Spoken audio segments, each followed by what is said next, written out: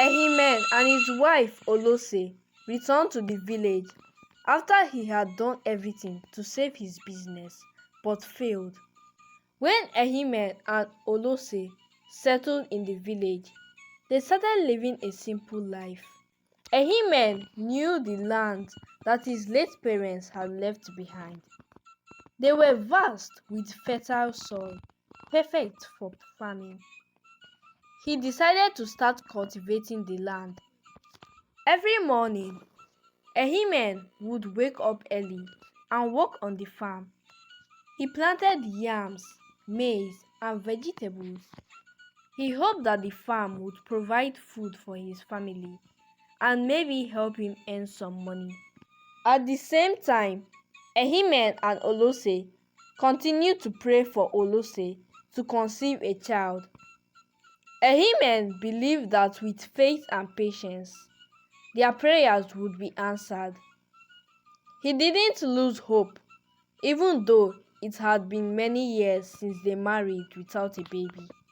Ehimen's uncle, Uncle Ezigi, was a well-respected elder in the village, known for his wisdom and strong personality. He had come to help him and his wife. Ehimen, my son, Uncle Ezigi began. I know how much you and Olose desire a child. I also know how hard it has been for you since your business failed. I want to help you. There is a great herbalist in the next village. His name is Baba, and he is known for helping women who cannot have children. I will take you there. I am sure he can help. Ehimen listened carefully, but he felt uneasy. He didn't believe in going to herbalists. He always put his faith in God and believed that God would answer their prayers in his own time. Ehimen shook his head gently and said, "Thank you, Uncle Ezigi, but I don't think that is the path for us. We trust in God and we believe He will bless us with a child when the time is right." Uncle Ezigi frowned. "Ehimen, I understand your faith, but sometimes God works through people. What if this herbalist is part of God's plan to help you? You should not reject the help that is being offered. I just want to see you and Olose happy." Ehimen still wasn't convinced. He didn't want to do anything that would take his trust away from God. But at the same time, he didn't want to hurt his uncle's feelings. Uncle Ezigi truly cared about him and was only trying to help. Days passed and Uncle Ezigi didn't bring up the herbalist again. But Ehimen noticed that his uncle had become quiet around him. He didn't laugh or chat as much as he used to. Ehimen knew it was because he had refused the offer. He started to feel guilty. Uncle Ezigi had always supported him, even when his business failed. One evening, after a long day on the farm, Ehimen sat with Olose outside their house. The moon was full and the air was cool. Ehimen spoke softly. "Olose, I've been thinking, Uncle Ezigi was really hurt when I said no to the herbalist. Maybe I should go with him, not because I believe in it, but because it might bring peace between us and him." Olose thought for a moment and then nodded. "Ehimen, I understand your worry, but maybe this is something we need to do, just to show respect. We can still pray and trust in God, but go with Uncle Ezigi. Who knows what we might learn?" Ehimen agreed. The next morning, he went to Uncle Ezigi's house and told him he had decided to go with him to see the herbalist. Uncle Ezigi's face lit up with joy. "You've made the right choice, Ehimen. Let's go tomorrow." The night before Ehimen and his uncle were supposed to visit the herbalist, Uncle Ezigi took a secret trip to the herbalist's hut. It was late, and the moon was covered by clouds, making the forest paths dark and quiet. When Uncle Ezigi arrived at the hut, the herbalist Baba was sitting outside, tending to a small fire. "Why have you come at this hour?" Baba asked, raising his eyebrows in surprise. He wasn't expecting anyone so late, especially not Ehimen's uncle. Uncle Ezigi pulled out a small bundle wrapped in leaves from his pocket and handed it to the herbalist. "I need you to do something for me," he said quietly, his voice serious. The herbalist looked at the wrapped leaves, his curiosity growing. "What is this?" he asked. Uncle Ezigi leaned it closer and whispered, "It's poison." The herbalist's eyes widened in shock. "Poison?" he repeated, disbelief in his voice. "What do you want me to do with this?" Uncle Ezigi smiled coldly. "Tomorrow, when I bring Ehimen, my nephew, you will tell him that you have prepared a special medicine to help his wife get pregnant. You will tell them to use it when cooking yam porridge, and I want you to secretly mix this poison into the medicine. Once Olose eats it, her womb will be damaged and she will never be able to have children." The herbalist stepped back, horrified. "Why would you do such a thing? That's wickedness. I cannot be part of this. I am here to help people, not harm them." Uncle Ezigi's face darkened. "You think you can say no to me?" he said, his voice turning cold and threatening. "I know what you've done, Baba. Do you remember that night, 3 years ago, when I saw you in the forest? You were with your brother and you strangled him to death because he caught you with his wife. I've kept that secret all this time, but if you refuse me now, I will expose you to the village. Everyone will know that you are not a healer but a murderer." The herbalist felt a chill run down his spine. He remembered that night well. He had made a mistake, a terrible one, but he had kept it hidden for years. If Uncle Ezigi told the village, his life would be over. Uncle Ezigi continued, his voice filled with bitterness. "I did everything to get where I am today. I killed my own brother to inherit all the land and wealth. But now, his son Ehimen is trying to ruin everything. He thinks he can start over, but I won't let him. I will make sure his generation ends with him. If his wife can never have a child, my plan will be complete." The herbalist was stunned. He knew what Uncle Ezigi was asking was evil, but he also knew that if he refused, his own dark secrets would be revealed. He felt trapped.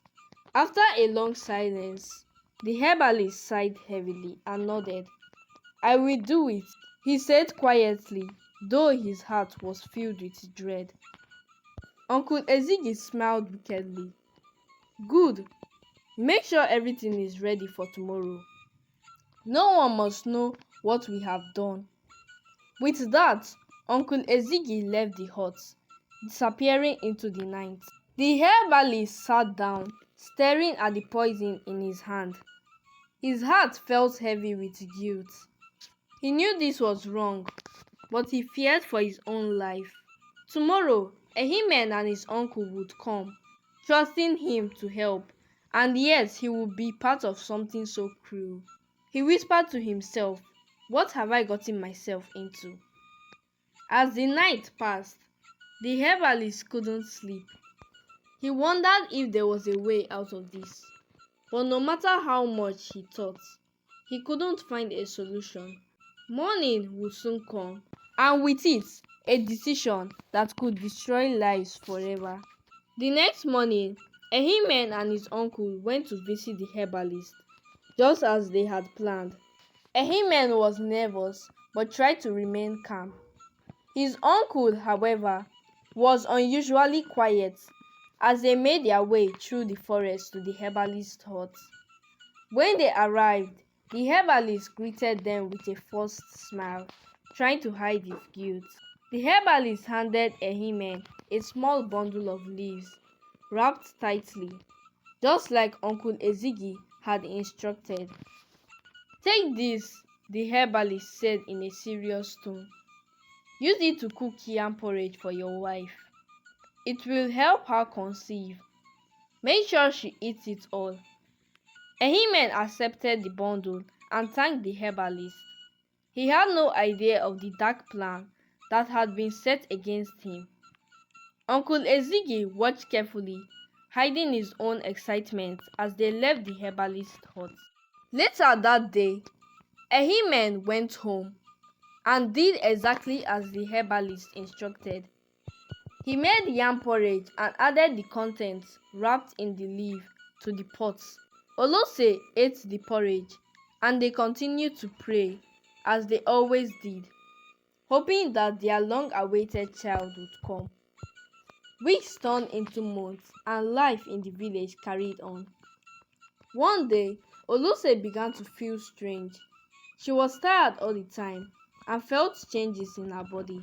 She went to the village midwife, who, after examining her, smiled warmly and said, "Olose, you are going to have a baby." Olose was overjoyed. She rushed home to tell Ehimen, who couldn't believe what he was hearing. He was over the moon with happiness.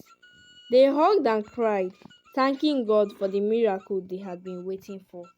News of Olose's pregnancy spread quickly throughout the village. When Uncle Ezigi heard about it, he was in shock.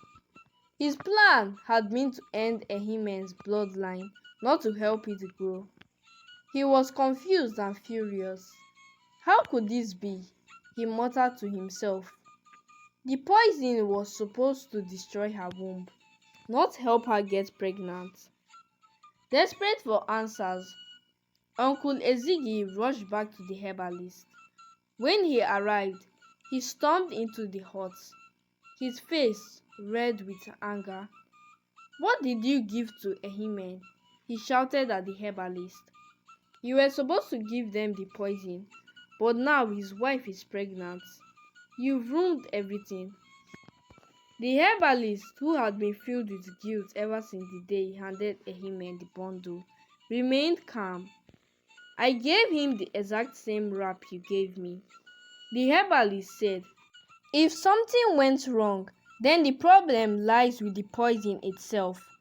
Go back to the person who gave it to you." Uncle Ezigi's face twisted with rage, but he realized the herbalist might be right. Without wasting any more time, he hurried to the woman who had given him the poison in the first place. She lived in a small, secluded part of the village, known for her secret dealings in dark magic. When he arrived, he demanded answers. "What did you give me?" he barked at the woman. "I told you to give me poison, but instead, my nephew's wife is pregnant.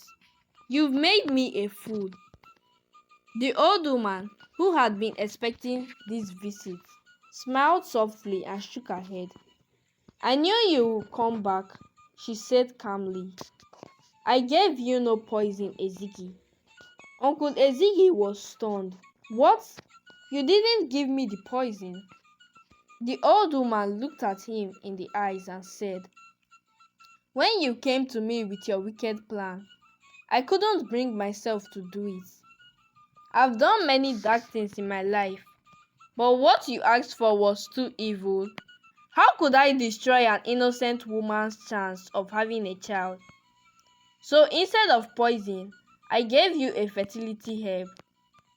Uncle Ezigi was speechless, his mouth hanging open in disbelief. "You did what?" the old woman continued. "The leaves you gave the herbalist were meant to help a woman conceive. I couldn't take part in your evil plan, so I made sure they would have the child they prayed for. Uncle Ezekiel's face turned red with fury. He clenched his fist, shaking with anger. "You've ruined everything.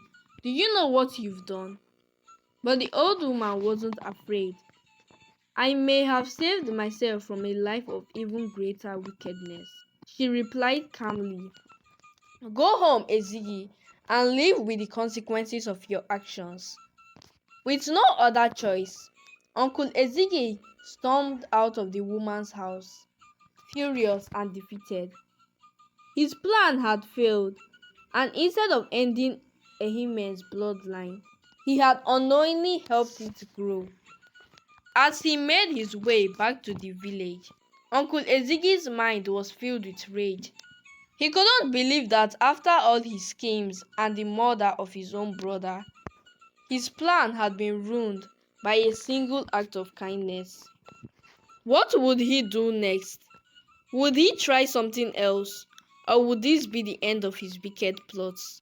Uncle Ezekiel returned home after the confrontation with the old woman, his mind racing with anger and bitterness. He couldn't accept that Ehimen was happy and about to become a father. He knew he had to come up with another plan, something even more dangerous, to destroy his nephew's family once and for all.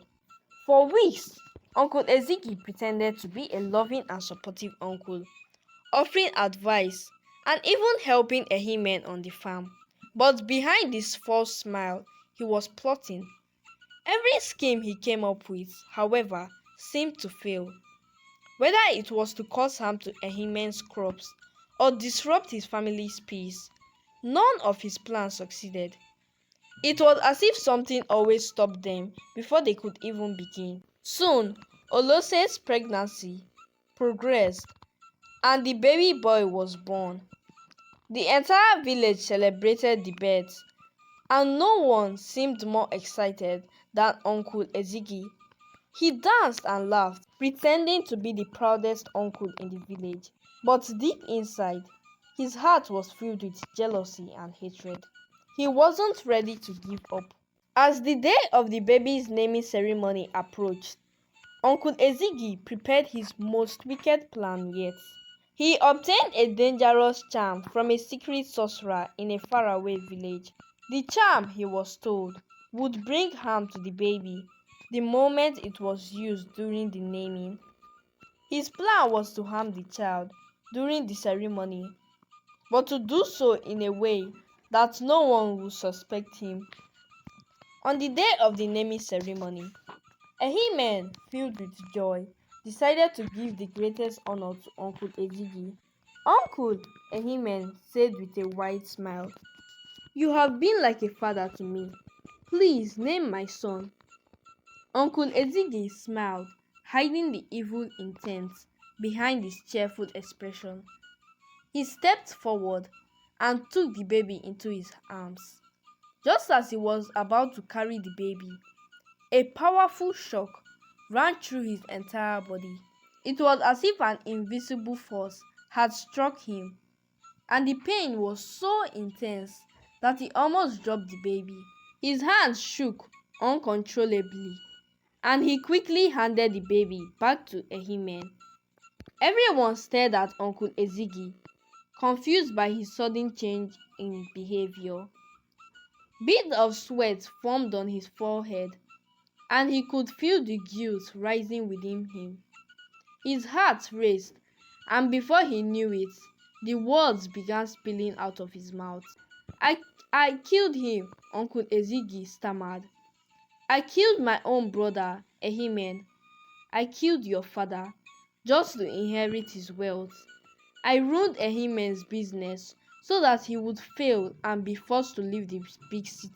I planned to destroy Olose's womb with the poison wrapped as a herb, but I was tricked by the woman who prepared it. And today I wanted to harm this baby, but I couldn't." Gasps filled the air as the villagers listened in shock. Ehimen stood frozen, his heart breaking as the truth about his uncle's evil deeds came pouring out. Uncle Ezigi fell to his knees, weeping bitterly. I tried to destroy you, Ehimen, over and over again, but something always protected you. I was wrong. I was wrong. The village elders, horrified by the confession, quickly took Uncle Ezigi away. They held a meeting and decided that such evil could not be tolerated in their village. Uncle Ezigi was excommunicated, banished from the village, and forbidden to return. He was sent away, left to live in isolation, where he would have to face the consequences of his wickedness alone. Ehimen, though heartbroken by the betrayal, chose to forgive his uncle in his heart, but he knew that the evil could not go unpunished. He focused on his family, and as time passed, Olose gave birth to more children, filling their home with laughter and love. Ehimen rebuilt his business and lived a prosperous life with his children running around his household. Peace had finally returned to his family. This story made it clear that jealousy and greed can destroy not only others but also the person who harbors them. Uncle Ezigi, desired for power and control, led him down a path of darkness where he caused harm to his own family. But no matter how many evil plans he made, the truth eventually came out and he faced the consequences. The story teaches us that good always triumphs over evil and that trust in kindness and faith will lead to peace and happiness. This is Umma's story time. Thanks for watching. Please subscribe. I am Amarachi Ihoma, the young storyteller.